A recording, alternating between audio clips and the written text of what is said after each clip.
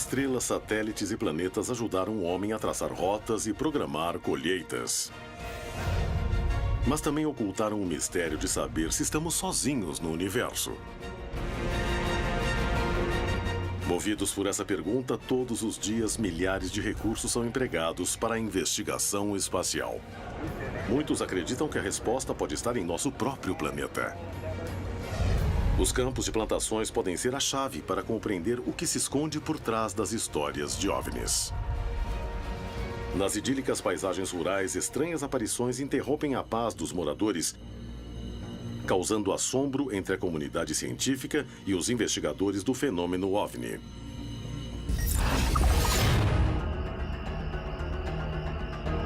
Em Buenos Aires, na Argentina, 7 investigadores estavam no campo estudando uma série de marcas no solo, quando o lugar foi invadido por objetos luminosos que pareciam interagir com eles. Havia alguma relação entre as marcas e as luzes? Em Serra da Beleza, no Rio de Janeiro, Brasil, 2 homens viajam em direção a um estranho fenômeno. O que esse objeto fazia no meio do campo? Na região de Tlapalaloya, no México, surgiram 3 formas estranhas e complexas no solo. Um investigador resolve conhecer toda a verdade e utiliza métodos inovadores para descartar que foram feitas por humanos.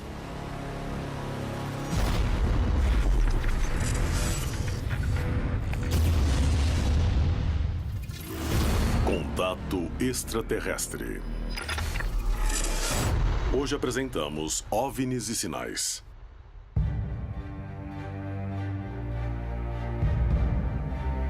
Para muitos, a presença extraterrestre ou de inteligências superiores ocorre há milhares de anos. Para outros, teve início em 1947. Seja como for, após mais de 70 anos, a pergunta que todos fazem é: o que querem?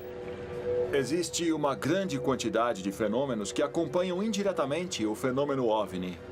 Mas nós não sabemos se tem relação ou não com o fenômeno OVNI. Muitos investigadores e pesquisadores acreditam que esses OVNIs, os que realmente são extraterrestres ou alienígenas, nos deixam mensagens. Uma das principais formas dessas mensagens são os círculos nas plantações. Com certeza, alguns círculos são falsos. Eu me pergunto por que escolheriam símbolos ininteligíveis. Afinal, podiam fazer uma ligação ou sei lá. A questão é o que são essas mensagens, o que significam? Acho que os círculos são mensagens para quem vive na Terra. Mas, se pensar a respeito, são vistos do céu. Então, não seria um grupo de alienígenas mandando mensagens para outros alienígenas sobre o que acontece aqui? Não resta dúvida de que uma parcela dessas civilizações que estão nos visitando buscam, sim, se deixar mostrar, se deixar ver. E se está deixando a sua mensagem, é para que ela seja vista, é para que ela seja estudada e, se possível, compreendida por nós, seres humanos. Descobrir a origem desses sinais e seu significado intriga cientistas e investigadores do fenômeno OVNI no mundo inteiro. Desde a primeira aparição na Inglaterra em 1976, as marcas nas plantações são vistas como uma chave para desvendar o mistério do universo. Em meio a tantas dúvidas, um incidente poderia ser fundamental para compreender melhor a origem destes sinais.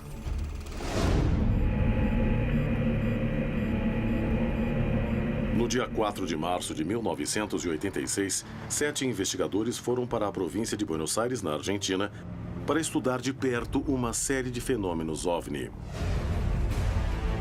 A noite de vigília acabou sendo muito diferente do que tinham planejado.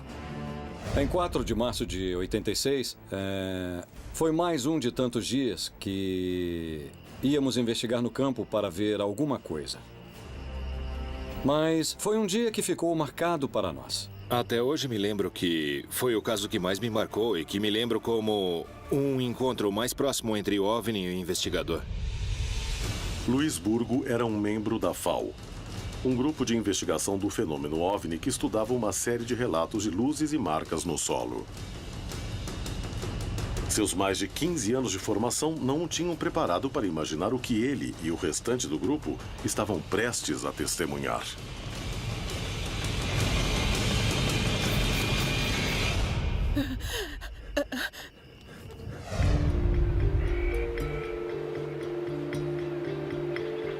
Em 1985, investigávamos uma série de aparições nessa área.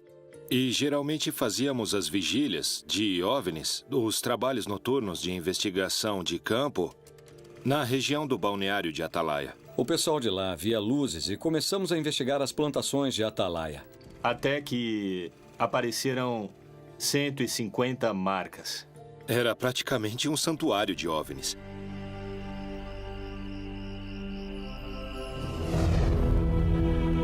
O grupo se reuniu no local combinado. No começo da estrada que chegava à plantação, onde haviam encontrado marcas no solo, cuja origem buscavam determinar. Nos reunimos, como sempre fazíamos, quando íamos até Atalaia para ver alguma coisa. Todos afirmavam ver OVNIs em Atalaia naquela época. Claro que isso também era sustentado pela imprensa. Era só abrir o jornal ou ver os noticiários na televisão e todos falavam do caso Atalaia. Então, nós éramos os únicos que ainda não tínhamos visto alguma coisa. O caminho era longo e os carros avançavam com dificuldade. Mas eles não desistiram. Estavam decididos a ver algo, mesmo que isso os lançasse na experiência mais angustiante de suas vidas.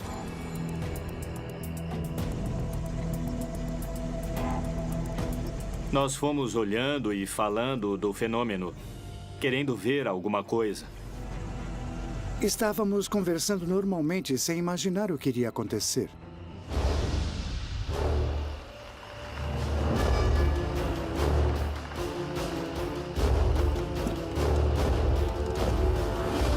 Chegamos tarde, eram umas 5 para as 9 da noite ou 10 para as 9. A porteira da plantação onde queriam entrar para ver as marcas estava fechada. Mas em vez de encarar como um mau agouro e voltar, decidiram ficar na entrada e fazer uma vigília. Conhecíamos muito bem aquele local como a palma da nossa mão. Tínhamos passado meses por lá e sabíamos como era para ver tudo muito bem. O grupo se distraiu observando as marcas do lugar. Mas já havia sinais claros de que alguma coisa ia acontecer.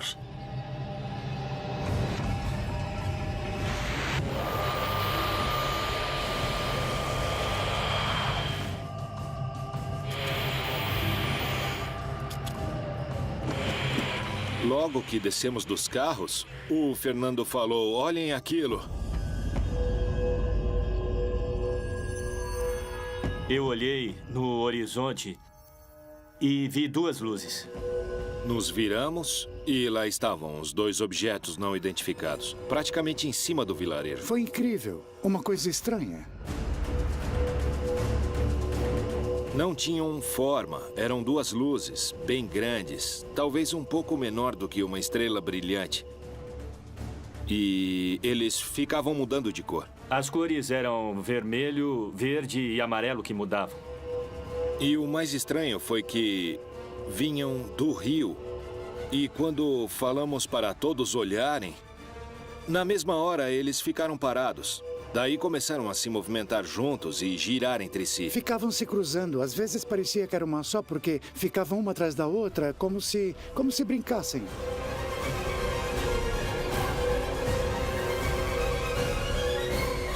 Foi um show de luzes que nunca pensei que aconteceria, que fosse ver. Eu queria que chegassem perto, porque eu não estava com medo. Então teve uma hora que eu falei para mim mesmo: nunca pensei que ia ver isso.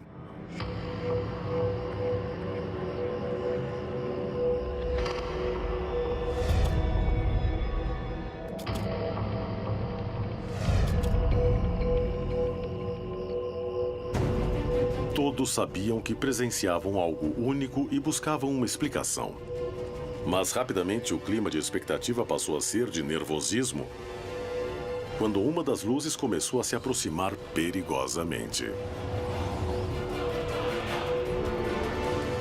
E quando a luz começou a se aproximar, nunca vou esquecer disso, Luiz Burgos resolveu pegar uma lanterna.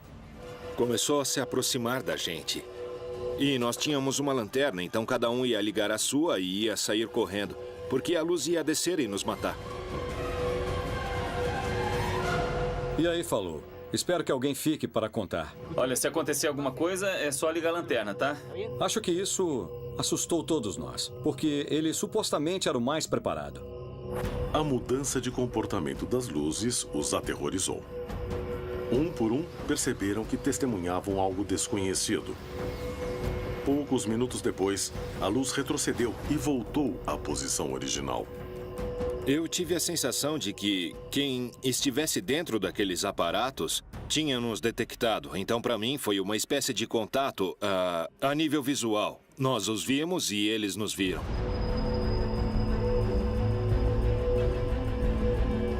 As duas luzes avançavam e cada vez mais ficavam sobre nós. Eu ouvi o Burgos dizendo, se vierem, cada um corre para um lado diferente. Sem saber da origem e das intenções das luzes, uma pessoa do grupo decidiu ligar o carro em que haviam chegado. Queria deixá-lo pronto para partir caso fosse necessário. Mas suas ações teriam repercussões inesperadas.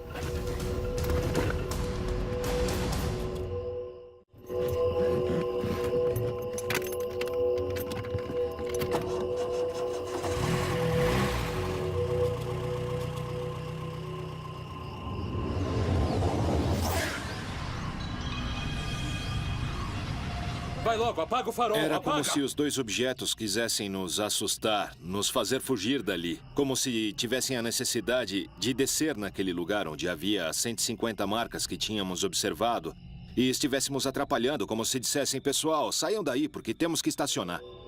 Ficaram em cima de nós. E atrás tinha umas 150 marcas. Burgos disse, olha, se eles querem descer, eu não acho que vão se importar se estamos aqui ou se tem vacas. Eles vão descer e pronto. Depois de vários minutos, quando parecia que as luzes iam aterrissar em frente a seus olhos, de repente começaram a subir, se distanciando do lugar.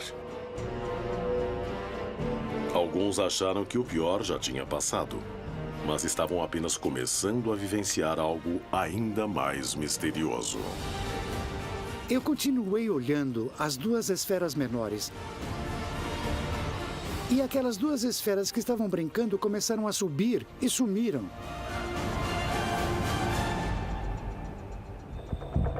Fernando continuava em estado de choque e seu nervosismo levaria a uma nova descoberta ainda mais preocupante.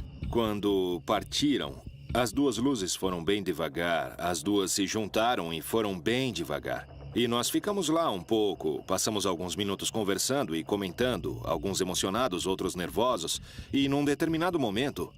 Meu filho gritou, olha aquilo lá. Os investigadores se tornaram protagonistas do caso mais espetacular que já tinham conhecido. No entanto, havia muito mais temor que alegria. O que poderia acontecer?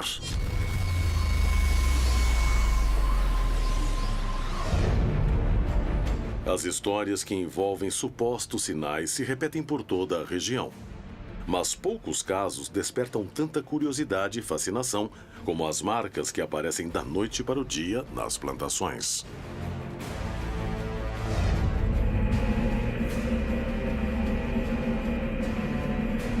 Há muitos anos, o mundo se pergunta qual a origem dos agrogramas. Os céticos garantem que são produzidos pelo homem.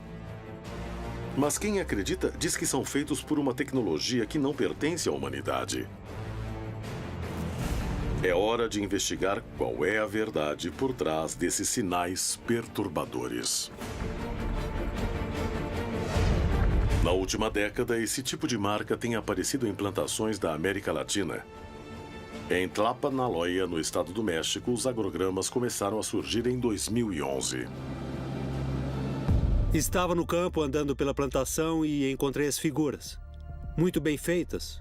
E não havia pegadas. Tinha aparecido um círculo na plantação de aveia. E daí eu pensei, quem é que veio até aqui para estragar a minha plantação? A aveia estava dobrada, mas não estava quebrada. Começamos a procurar, por curiosidade, se havia alguma pegada, algum rastro. Quem poderia ter feito aquilo? E por quê? Mas no final não encontramos nada. Johanan Dias e Carlos Clemente, 2 jornalistas e investigadores do fenômeno OVNI, se reúnem para buscar uma explicação para as marcas nas plantações. Aqui no México, esse fenômeno começou a aparecer a partir de março de 2011. E no começo, estas formações eram simplesmente círculos. E logo chamou muito a atenção porque era um fenômeno apenas observado na Europa. E depois, em 23 de novembro de 2011, foi quando apareceu essa grande estrela que a gente está vendo, repetindo as mesmas características da anterior. A planta não estava morta. A planta estava dobrada, mas com vida. E continuava crescendo. Era como se a aveia fosse penteada e também entrelaçada. Um ano depois, surgiu então um grande círculo que era rodeado de 16 triângulos. E o pessoal começou a se acostumar com esse tipo de fenômeno. Um dos elementos que mais chama a atenção nesse tipo de marcas é que as testemunhas dizem que aparecem de um dia para o outro, em absoluto silêncio. E que nas noites anteriores, muitos veem luzes estranhas na região dos agrogramas.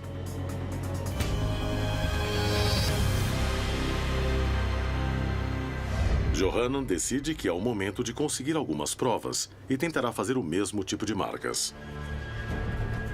Para isso, vai a uma plantação de aveia perto da cidade do México, onde 2 investigadores deverão produzir as marcas em apenas uma noite. Esta prova permitirá estabelecer até que ponto a mão do homem pode ser responsável por estes sinais.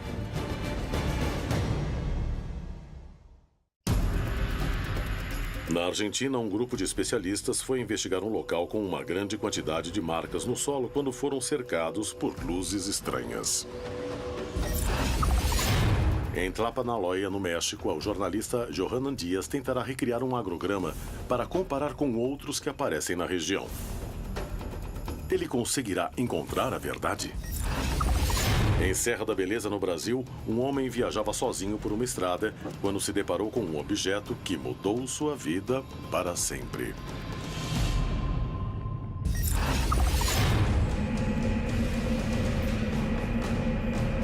No dia 4 de março de 1986, 7 investigadores do fenômeno OVNI realizavam uma vigília ao lado de uma plantação onde tinham encontrado mais de 150 marcas no solo, que atribuíram a objetos voadores não identificados. Pouco depois que chegaram, viram 2 luzes estranhas que começaram a se aproximar em grande velocidade, deixando todos em pânico. As luzes desapareceram, mas algo ainda mais ameaçador estava prestes a acontecer.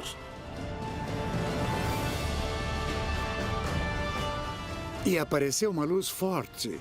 Ela era 10 vezes maior que as outras 2 luzes. Chamou muita atenção porque não subia nem descia, acendeu no mesmo lugar. Estava parada e acendeu uma luz, do tamanho de uma lua cheia.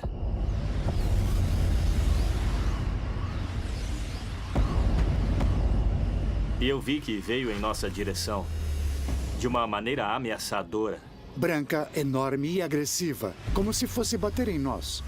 E aí o Rodolfo, que era um dos membros do nosso grupo, falou para nos jogarmos no chão.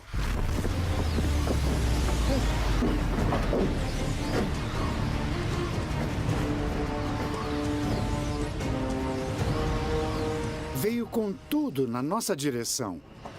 Ia pegar todo mundo. Não tinha saída. Todo mundo foi para debaixo dos carros e eu não. Eu queria que chegasse perto. Achei que fosse nos queimar. Me joguei no chão apavorado, achando que íamos desaparecer.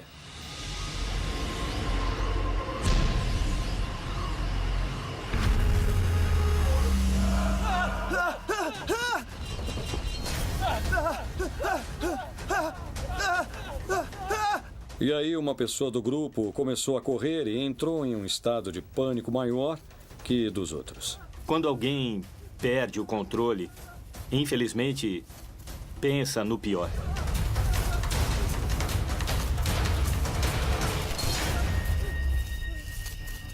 Enquanto Ana tentava acalmar Fernando, Avelino tentava tirar uma foto do que via. Era a foto mais difícil de sua vida. Foquei a câmera e quando ia apertar o botão, apagou. Eu ouvi Burgos falando, isso fez a luz apagar. E era verdade. Foram menos de 5 minutos. E o fenômeno chegou ao fim. A primeira coisa que Burgos falou foi, você perdeu a foto. E o que é que eu podia fazer? Não deu tempo. Não deu tempo. E apagou. Assim como apareceu, se apagou. Depois que a luz desapareceu, o grupo se reuniu novamente. Tentavam entender o que tinha acontecido. Chegamos à conclusão de que, quando chegamos lá naquela noite, o objeto já devia estar ali. Vai saber há quanto tempo. Quero dizer, não desceu nem subiu, ele apareceu e acendeu. A luz havia desaparecido, mas pensaram na hipótese do objeto estar camuflado. E Avelino tirou uma foto, mesmo sem ver nada no céu. Quando revelei as fotos, no lugar da luz, apareceu uma esfera escura, que estava lá, mas ninguém viu. Isso nos deu a ideia de que, quando apagou a luz, o objeto se aproximou do grupo. Então nós ficamos a uma distância muito pequena, porque seria impossível ter captado o objeto, ainda mais com a escuridão da noite. Eu senti um medo do desconhecido. Achava que estava preparado, buscava isso. Mas quando apareceu, na verdade, eu não estava preparado. Depois dessa experiência, eu sempre olho para cima.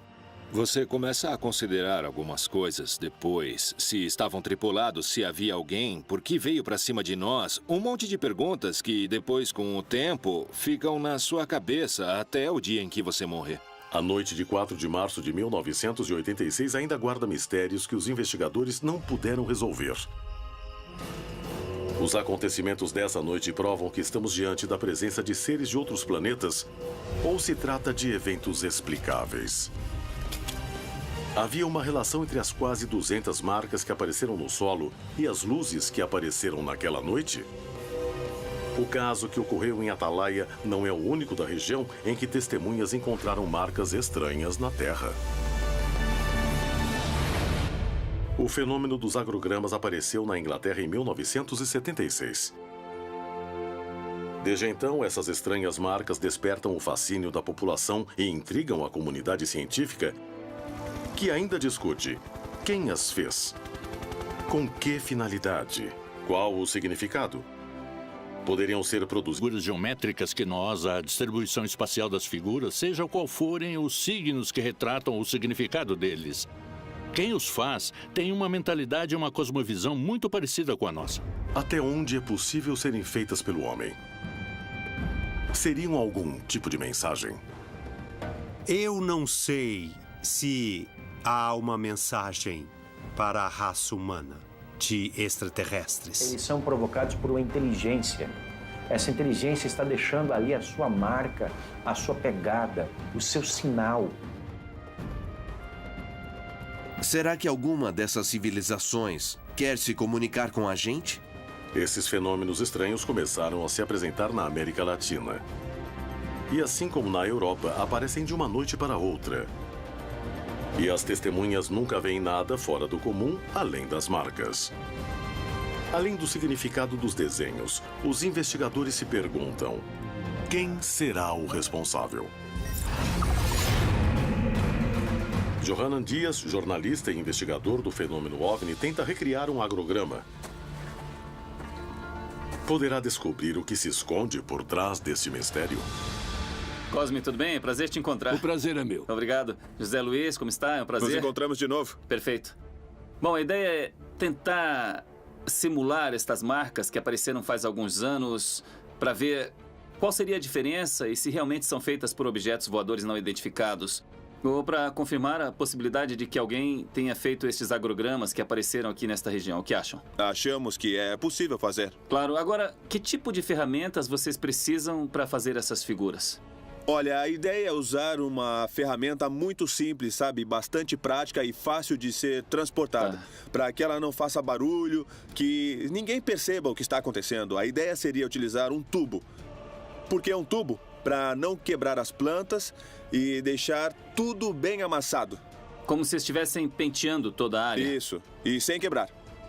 E para fazer os círculos maiores, os exteriores, a gente utiliza uma corda assim. Eu gostaria que fizessem uma noite para que na manhã seguinte estivesse pronta para ver e daí a gente começar a checar as características entre as outras e essa que vão fazer agora. É um desafio. Podemos fazer isso? Os investigadores conseguirão fazer um agrograma similar aos encontrados anteriormente na região em apenas uma noite?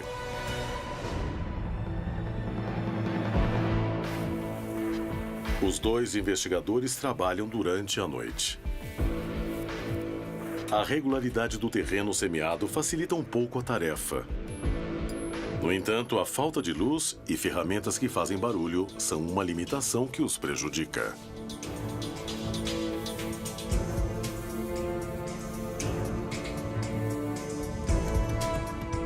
Nós decidimos fazer de uma maneira que fosse muito simples. Usamos ferramentas que deixem o mínimo de marcas possível e para fazer de uma forma mais portátil. Eu acho que nós vamos ter êxito. E no final, as figuras que nós fizemos se assemelham muito com outras figuras.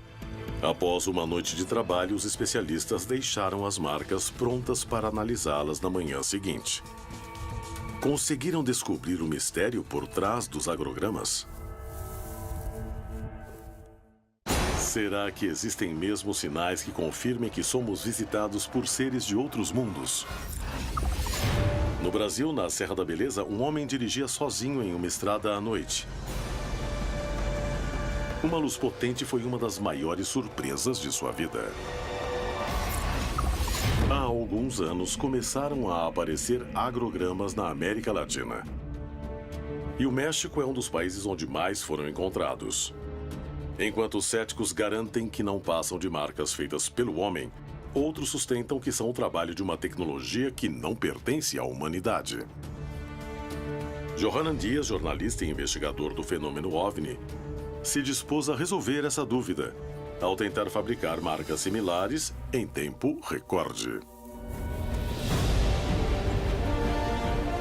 Na manhã seguinte, após terminar os trabalhos na plantação de aveia, uma equipe sobrevoa o local para registrar o resultado. Johanan chega ao lugar acompanhado das testemunhas que viram as marcas originais. Eles serão a chave para estabelecer se o agrograma que acabou de ser feito se assemelha aos que foram achados na região em 3 ocasiões. O formato das que vimos e as de hoje são uns 90% diferentes, facilmente, uns 90%. Não era bem assim. Não, antes não. Não é igual, parecido, mas não é igual. Não parece com o jeito que estava quando encontramos, sem deixar marcas. E aqui tem marcas e também são quebradas. Não sabemos quem fez, por que fez e continuamos na mesma. As testemunhas acreditam que as marcas não se parecem. As plantas não estão dobradas, mas sim quebradas. Essa opinião é muito valiosa para a investigação de Dias. Johanan Dias encontra o jornalista e investigador Carlos Clemente para analisar as imagens aéreas do agrograma. E chegam a conclusões reveladoras. Parece perfeito. Quer dizer, não tem nenhuma... não tem nenhuma diferença com os que apareceram antes na região. Na verdade, não há nenhuma diferença, porque de cima parecem praticamente iguais, né? Iguais, sim. Inclusive com muita simetria, não estão mal feitos. Isso vendo de cima. Mas quando eu fui ver de perto, não tem nada a ver. Tudo que foi amassado quebrou? Sim. Tudo? Tudo. Então a gente viu que as plantas quebraram. Também vimos marcas no terreno. E são figuras muito simples. É um círculo, ou seja, tem um centro e o círculo sai do centro, nada mais que isso. E outra coisa que as testemunhas disseram foi que em algumas das fotografias que fizeram, apareceram algumas esferas. E isso chamou muita atenção, porque a gente tinha as figuras, mas como fazer as esferas? O outro foi mais elaborado, não acha? Ele foi feito com as plantas isso não é uma coisa entrelaçadas. Possível. Como fazer as plantas ficarem algumas para a esquerda e outras para a direita, mas sem se entrelaçarem. Isso não é uma coisa possível.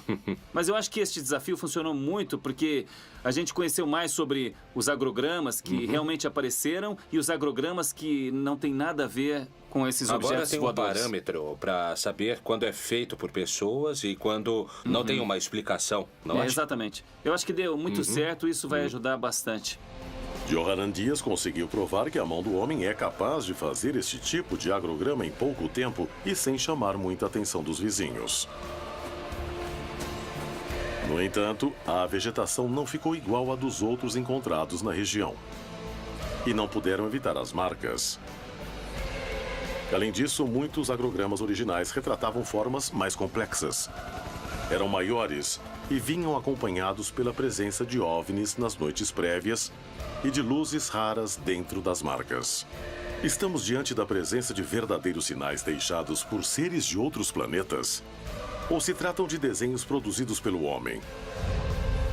As plantações da América Latina são um cenário de estranhas situações que quebram a calma dessas regiões pouco habitadas. O que há por trás dessas manifestações? A resposta poderia estar nos milhares de testemunhos dos moradores da região.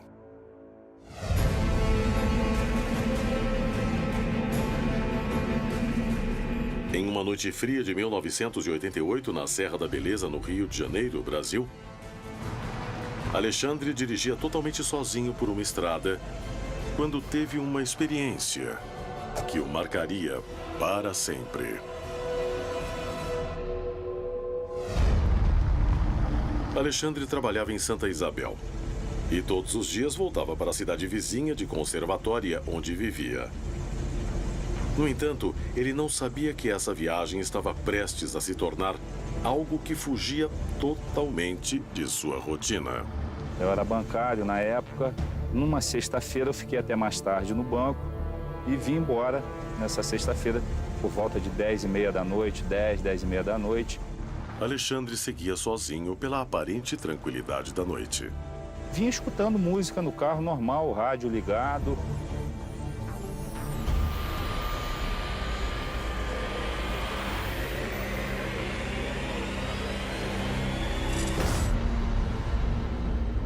Vindo na estrada, eu notei no alto da serra aquela luz por detrás da montanha.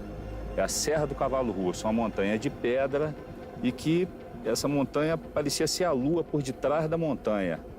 A lua surgindo, né? Em vez de parar o carro, Alexandre abandonou o bom senso e começou a avançar até ficar frente a frente com a luz estranha. Quando eu cheguei na curva, eu notei que a lua não surgia por detrás da montanha. Então, fiquei olhando aquilo e parei o jipe. Era só como se fosse uma luz fluorescente, em cima da montanha. Até então, eu não tinha certeza do que era.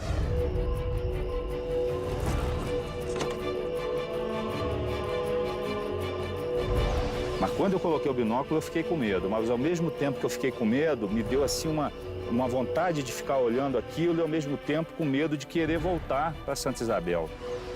Alexandre não sabia o que fazer. Estava sozinho no meio de uma estrada vazia, sem nenhuma testemunha e sem ninguém para pedir ajuda. Dava para ver nitidamente com o binóculo que era um objeto diferente realmente, não tinha nada a ver de coisas normais que se avista aí na serra. Era realmente totalmente diferente do que eu já vi em toda a minha vida. Era um prato de cabeça para baixo, ao contrário, e cheio de luzes em volta. E eu botava o binóculo e via essa luz girando em volta do prato. Aí realmente eu senti medo.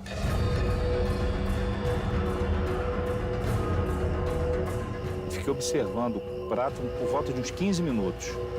Aí que me deu a vontade de realmente chamar outra pessoa para poder ver junto comigo o objeto.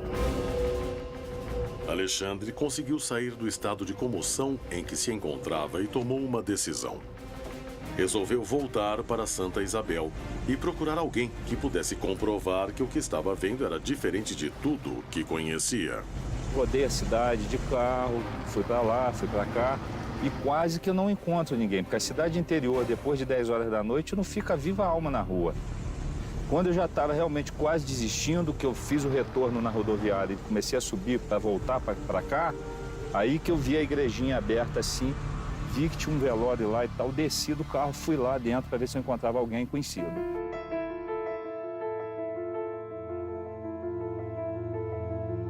Era um velório de uma senhora que tinha falecido em Santa Isabel, devia ter umas 8 ou 9 pessoas.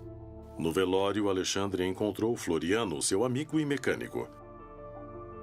Sem hesitar, foi até ele para conversar sobre o que havia acontecido. Ninguém percebeu como eu falei com o Floriano. Eu não cheguei gritando dentro do velório, não cheguei gesticulando, falando, eu vi a luz, para não assustar as outras pessoas, né? Porque ninguém falou, vamos lá ver o disco voador. Finalmente, Alexandre tinha encontrado alguém conhecido, mas não sabia se Floriano ia querer acompanhá-lo. Eu disse, seu Floriano, por favor, vamos, o senhor quer ver a luz que aparece lá na serra? Eu falei, poxa, eu moro aqui há 50 anos, nunca vi.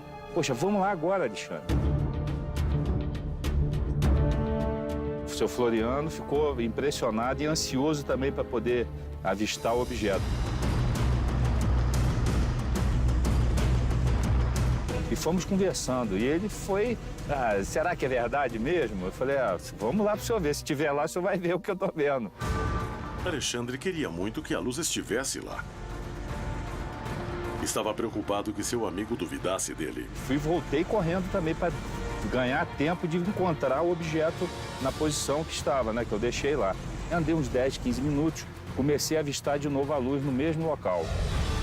Os dois se aproximavam de um perigo que não parecia deste mundo. A luz estranha continuava no lugar e eles não mediram consequências para investigar o que estava acontecendo.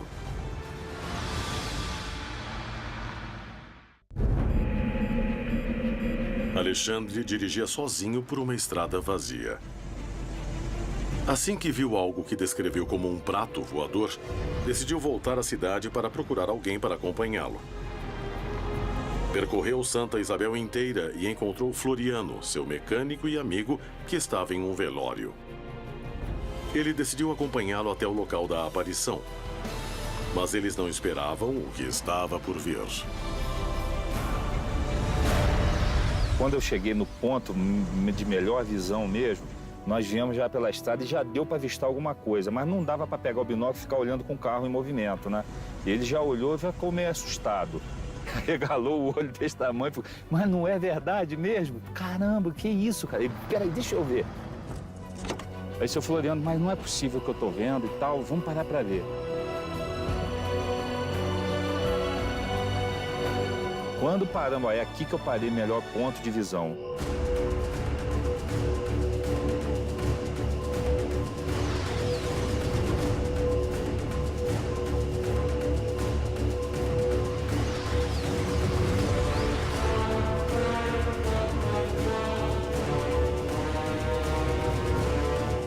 Ele olhou, botou o binóculo, ficou impressionado. Ficamos uns 15 a 20 minutos vendo essa luz lá. Nós notamos que o objeto não modificava mesmo, ele ficou parado, estático, e aquelas luzes girando. Nós ficamos nisso daí uns 20 a 30 minutos, meia hora, mais ou menos. Aí eu falei, sabe da coisa, vamos embora, vamos deixar isso para lá. O que adianta? O que nós vamos fazer? Nós vamos chegar próximo demais, não vai levar a nada também. Não tem como documentar isso. O tempo passava, o objeto continuava lá. E Alexandre tomou uma decisão baseado no que sentia. Daqui para frente eu não vou mais, Floriano, porque eu já tô com medo, não tô me sentindo bem, sei lá, me assustou. Aí o Floriano, faz o seguinte, então, vamos embora para Santa Isabel e lá você não vai voltar mais hoje para a conservatória, porque é perigoso, sim, a gente não sabe o que isso pode fazer. O temor que Alexandre sentiu foi tão grande que ele seguiu o conselho do amigo e resolveu não voltar para casa naquela noite. A experiência foi tão forte que não apenas decidiu não voltar sozinho, mas também mudou sua vida para sempre. Sim, privilegiados realmente de ter visto isso. Hoje em dia eu tenho uma outra concepção mesmo de disco voador, o que é realmente o disco voador, né? O OVNI. E se você observar, você vai ver sim alguma coisa diferente, se as pessoas passarem a observar melhor, né? Ao redor. As vastas terras pouco povoadas do território latino-americano guardam milhares de experiências como a de Alexandre e Floriano. Testemunhas privilegiadas e casuais de eventos que a ciência não consegue explicar. Quantos eventos ainda mais estranhos podem estar ocorrendo no continente, diante da solidão da noite? Plantações marcadas da noite para o dia. Figuras complexas. Dúvidas na comunidade científica, testemunhos que narram a presença de luzes. Mas qual é seu significado? Qual sua importância? E, acima de tudo, qual é sua origem? Os agrogramas são figuras misteriosas que costumam aparecer nas plantações. Eu não me atreveria a afirmar como são feitos e nem posso afirmar que são obras de seres de outros mundos. Para mim, são simplesmente um enigma. Não se tem ainda absoluta certeza de que esses crop circles tenham uma associação direta com UFOs. Muito embora, no aparecimento destes círculos, se tem relato de que pessoas têm observado UFOs no céu. Todas as culturas do mundo, em diferentes etapas, quiseram se comunicar com os deuses. Agora, com as evidências encontradas em plantações, pode parecer que são os deuses que querem se comunicar conosco. Digo isso no sentido metafórico. Acredito que este é o problema da busca incessante de saber quem somos e o que queremos. Na minha visão, se existe comunicação entre duas civilizações, a primeira coisa que precisa ser feita é ensinar um alfabeto. E talvez, quem sabe, se houver uma mensagem, em primeiro lugar, é tentar nos ensinar um alfabeto alienígena para que no futuro nós possamos nos comunicar. Decifrá-los, tentar entender o que eles significam, talvez seja tentar decifrar a mensagem de um grupo de civilizações que há muito tempo nos observa. Os agrogramas são um dos maiores enigmas que cercam o fenômeno OVNI. Estabelecer sua origem e significado desafia a comunidade científica. Estamos diante de marcas feitas por seres de outro planeta? Descobrir a verdade por trás das histórias de OVNIs pode ser a prova que nos permite estabelecer se estamos sozinhos ou não no universo. Algum dia o homem poderá dar uma resposta a esse mistério? Quantos eventos ainda mais estranhos podem estar ocorrendo no continente diante da solidão da noite?